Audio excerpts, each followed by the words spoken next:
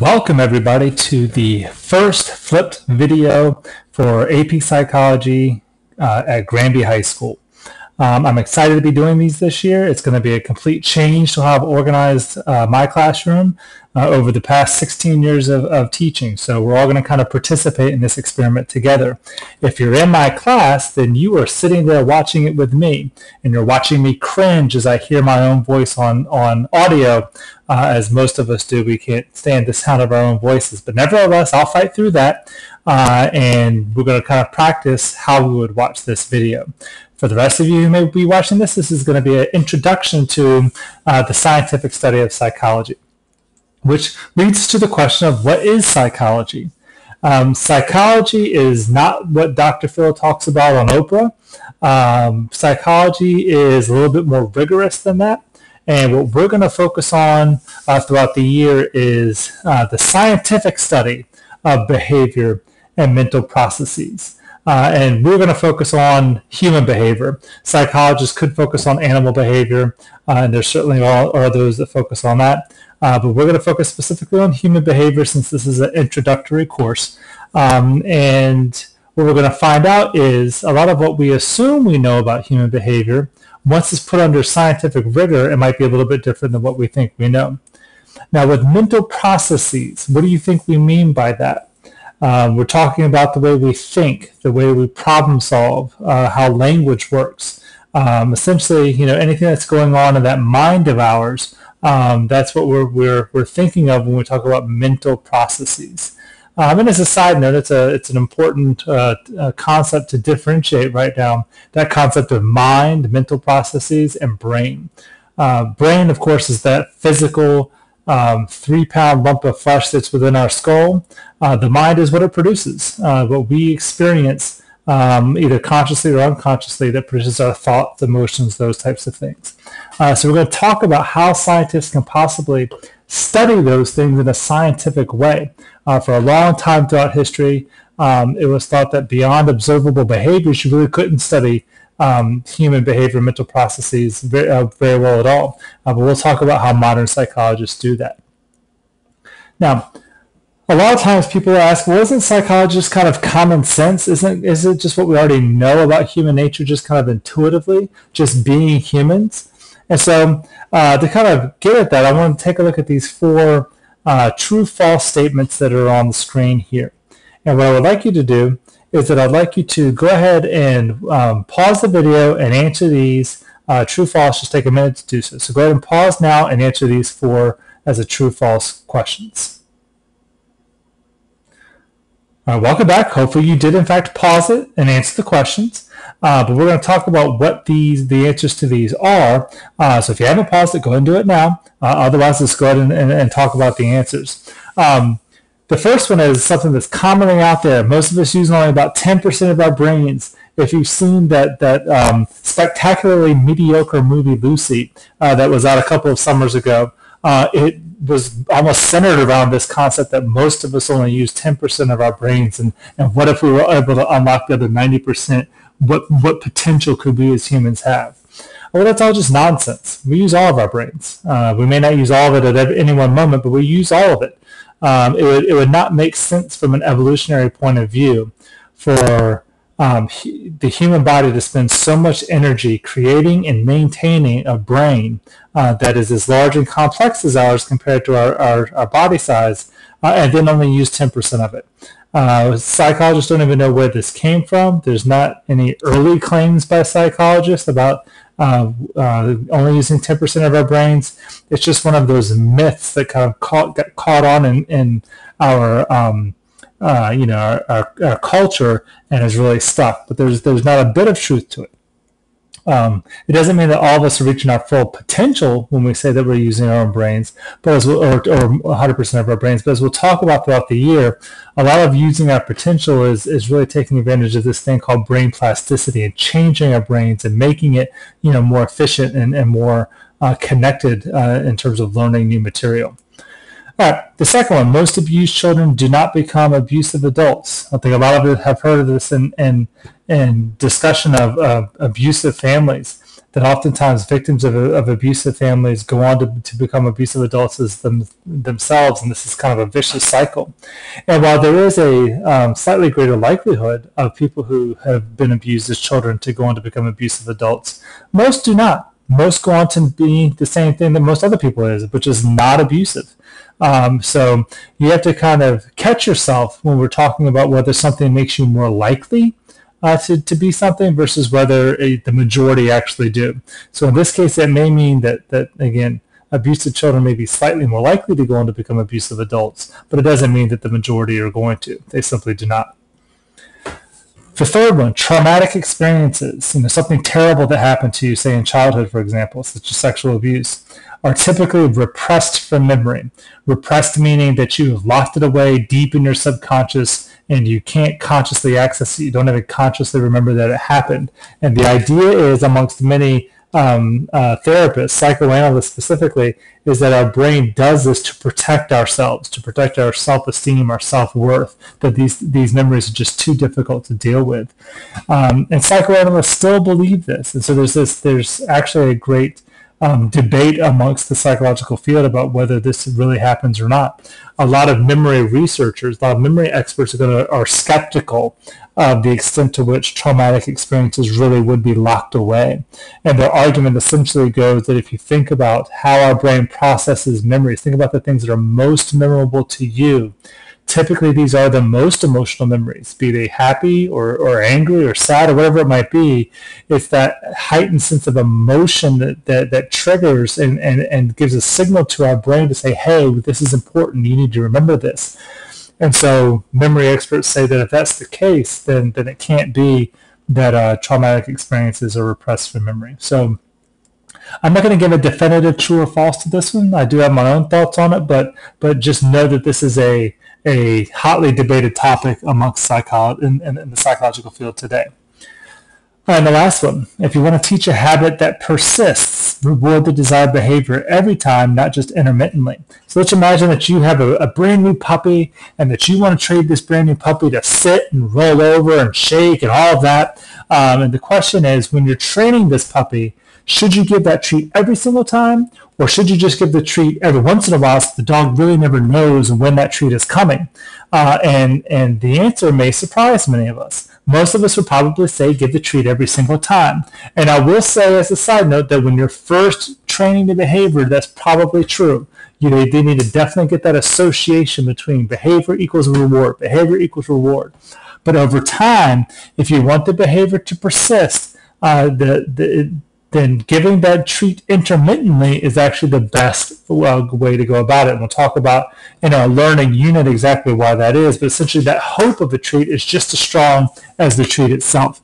So once you've got that behavior down, yes, rewarding intermittently is the better way to go. So these are just 4 of dozens of examples that I could have given you, in which research into the field of psychology has demonstrated that what we think we intuitively know about human behavior isn't necessarily correct. And it highlights the idea that we really need to study human behavior in a scientifically rigorous way to get a full understanding of what it means to be human. What we're going to do now is discuss some errors in everyday judgment. In order to do that, in order to introduce one common error, I want you to take a look at these 3 word scrambles. And of course, the answers are up on the screen.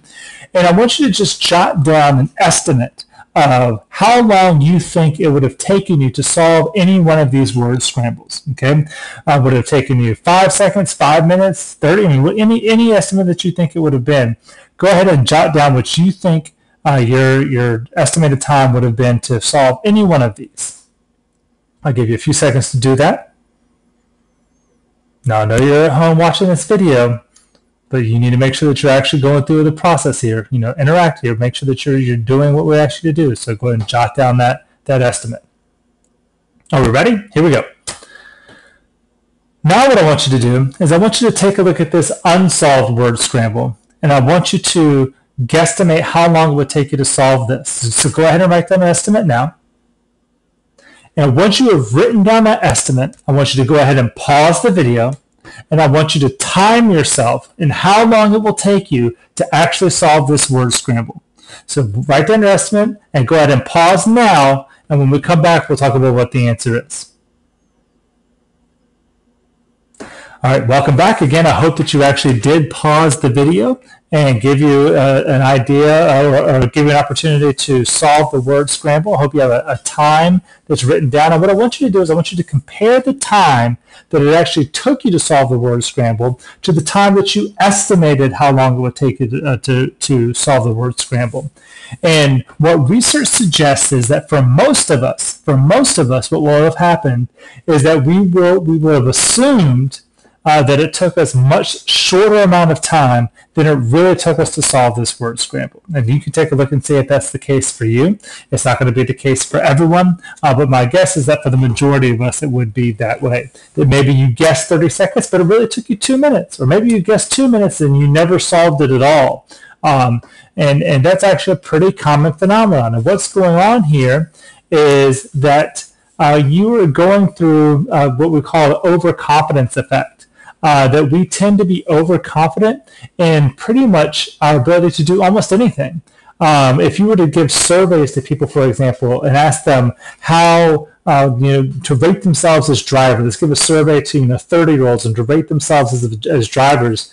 A large percentage of the people would say that they are above average drivers, despite the fact that the majority of people can't be above average. There has to be, an equal number of below average drivers, because by definition, average is in the middle, right? So we tend to get overconfident about things, and if you look back at this, we tend to get overconfident once we've been presented with situations in which we're given the answer ahead of time. And when that happens, it gives us more confidence to solve something that we're then presented with a similar problem. Now, hindsight bias is this tendency to, another error in judgment, this tendency to believe after learning the outcome that you would have already foreseen it. You watch the Super Bowl, certain team wins, and everyone's going around saying, oh yeah, I knew they were going to win. Or a presidential election happens and somebody wins and everyone says, oh yeah, of course I knew that candidate was going to win.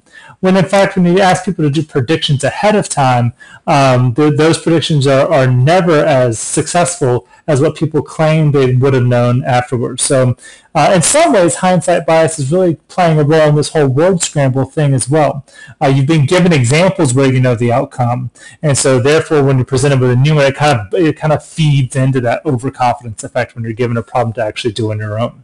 Okay, so that's just a couple of errors in everyday judgment. We're going to take a look at some others as we get into other units throughout the year, but there are some times where our intuition, the way we typically think about things, is very good and makes really good decisions. And there are times where it leads us down the wrong path, and we're going to talk about how to recognize those times and kind of fight against that tendency.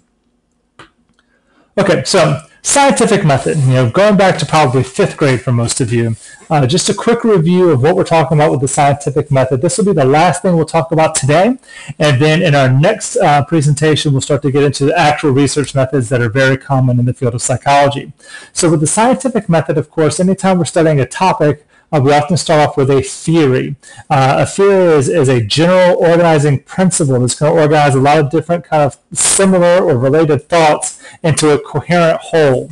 And so one theory, for example, about depression is that low self-esteem feeds depression. So low self-esteem is going to be something that makes people kind of go into this downward spiral and become more and more depressed. So that's a theory. It's a broad statement, and therefore it's not particularly testable the way it's stated there.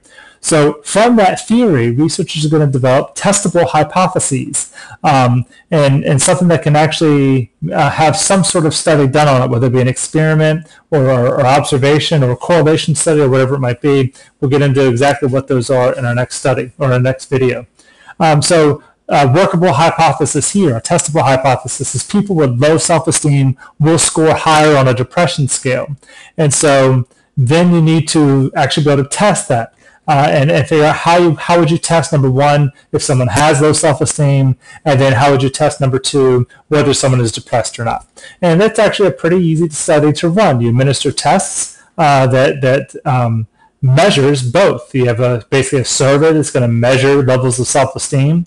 You have a questionnaire that's going to get at whether someone is suffering from depression or has depression the kind of thoughts that people that are depressed tend to have, and see if there's a correlation, see if there's a relationship between those two variables. Does high scores on a self-esteem questionnaire, does that correlate with high scores on the depression scale? If it does, then it confirms our theory, and then we can do other research to kind of flesh that out.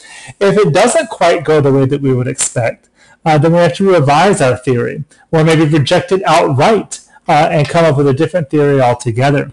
And so this can often happens in the field of psychology. I'll give an example of one that I was just reading about today.